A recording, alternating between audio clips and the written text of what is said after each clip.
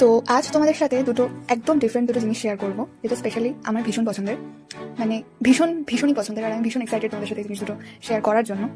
তো আমি তোমাদের আগে একটা ভিডিওতে বলেছিলাম যে আমি কিছুদিন আগে দার্জিলিং বেড়াতে গেছিলাম, আর সেখান থেকে আমি এভিলাই রিলেটেড দুটো জিনিস কিনেছি। এই দুটো সেটা তো যাই হোক, আমি দেখাই ফার্স্ট এটা।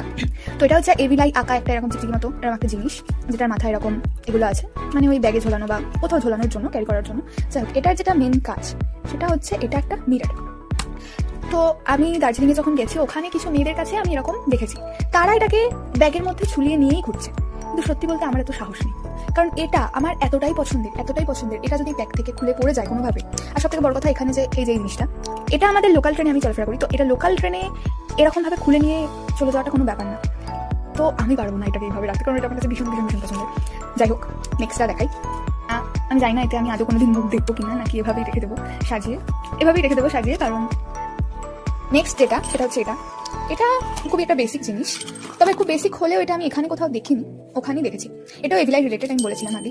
এটা হচ্ছে একটা বাটারফ্লাই, মানে এটা একটা ওয়াল হ্যাঙ্গিং, এরকম ঝুনঝুন বাজে ভেতরে, আর এরকম 4টে এভিলাই আছে, এটা মেটালি কিছু একটার উপরে। তো যাই হোক, এটা আমার খুব ভালো লেগেছে, খুবই ভালো লেগেছে।